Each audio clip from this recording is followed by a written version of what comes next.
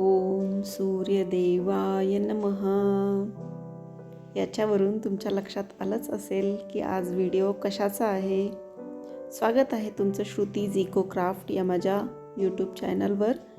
आणि या चॅनलवर मी तुम्हाला अनेक प्रकारच्या रांगोळ्या, डेकोरेशन्स दाखवत असते. त्याचे अनेक व्हिडिओज इथे अपलोड केलेले आहेत. तर असाच एक आज रथसप्तमीचा व्हिडिओ मी घेऊन आली आहे तुमच्यासाठी.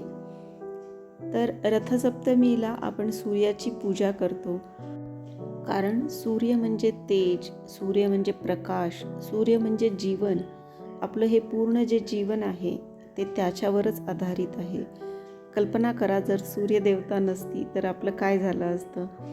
त्यामुळे ह्या अखंड रोज अविरतपणे उगवणाऱ्या सूर्याची पूजा आज आपण करणार आहोत.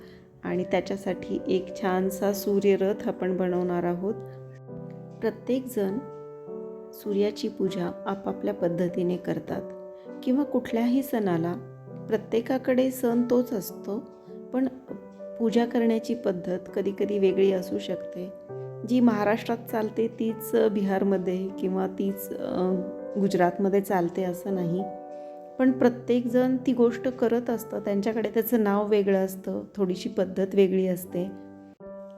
जसं महाराष्ट्रामध्ये सूर्यदेवताची रांगोळी काढली जाते, किंवा आपण अष्टगंधाने किंवा रक्तचंदनाने सूर्याची प्रतिमा साकारतो, त्याला हळदी कुंकू वाहतो, सप्तधान्य वाहतो आणि त्याची फळफूल वाहून पूजा करतो. तसं इथे वालाच्या शेंगा असतात ना, त्याच्यापासून रथ बनवण्याची प्रथा आहे. आणि मी हे पाहिलं होतं आणि मला ते करण्याची खरंच खूप इच्छा झाली. तर म्हटलं आपण त्याही पद्धतीने आज सूर्याची पूजा करूयात. तो रथ करण्याचा मी प्रयत्न केला आहे, तुमच्यासोबत तो शेअर करते मी. पण पहिल्यांदा फ्रेश वालाच्या शेंगा घेतलेल्या आहेत आणि टूथपिक घेतलेली आहे. तर टूथपिकच्या आणि शेंगांच्या साहाय्याने आपण रथ बनवणार आहोत. 2 शेंगाच्या मध्ये टूथपिक लावून घ्यायची आहे आणि त्याच्यापासून आपल्याला त्याचा बेस बनवायचा आहे. त्यानंतर अशाच टूथपिक आणखी वरच्या बाजूला लावून घ्यायच्या आणि त्याची वरची बाजू बनवायची आहे. हे दिसायला आणि अगदी सुबक असं नाही आहे, पण ही पद्धत आहे. इथे अशी पूजा केली जाते. त्याच्यामुळे आपण आज रथ बनवून छानपैकी तो आपण जिथे रांगोळी काढली आहे तिथे ठेवून त्याची छान मस्त पूजा करणार आहोत. तर तुम्ही बघू शकता, अशा पद्धतीने वालाच्या शेंगा लावून त्याच्यापासून रथ बनवला जातो. आणि वरसुद्धा 3 शेंगा लावतात. अशा पद्धतीने आपण ते लावून तो रथ पूर्ण करून घेत आहोत. आजच्या दिवशी आपण छोट्या मातीच्या भांड्यामध्ये चुलीवर दूध उतू घालण्याची सुद्धा प्रथा आहे. तर खूप जण सकाळी सूर्यदेवतेला नमस्कार करून मातीच्या भांड्यामध्ये दूध उतू घालतात. अशा पद्धतीने आपण आता रथ आपलं पूर्ण करून घेत आहोत.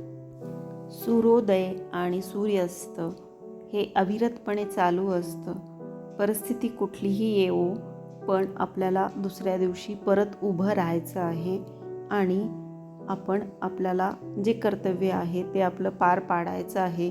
हाच संदेश आपल्याला सूर्यदेवता देत असते की तुमची कुठलीही वेळ असो, कुठलीही परिस्थिती असो, थकून थांबायचं नाही आहे, तर आपल्याला चालत राहायचं आहे, पुढे पुढे जात राहायचं आहे. त्यामुळे सूर्यदेवतेची छान आज पूजा केली जाते.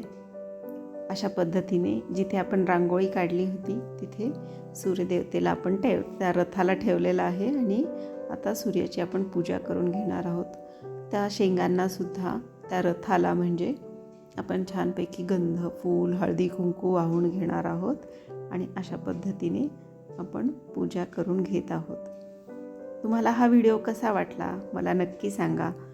तुम्ही माझ्या चॅनलवर जर नवीन असाल तर चॅनलला व्हिजिट करा, जरूर करा आणि सबस्क्राईब करायला अजिबात विसरू नका.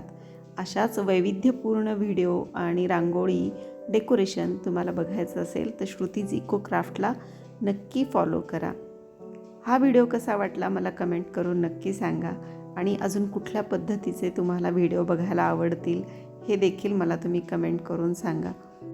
संक्रांतीचे आणि रथसप्तमीचे किंवा अनेक बाकीच्या विषयांचे अनेक व्हिडिओ मी या चॅनलवर अपलोड केलेले आहेत. तुम्ही ते जाऊनसुद्धा नक्की बघा आणि व्हिडिओ कसे वाटतात मला नक्की कमेंट करून सांगा. तुम्हाला आवडत असतील तर नक्की फॉलो करा, माझ्या चॅनलला सबस्क्राईब करा. व्हिडिओ शेवटपर्यंत बघितल्याबद्दल खूप खूप धन्यवाद.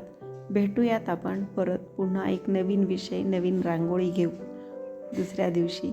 तोपर्यंत bye bye. Like, share and subscribe. Thank you.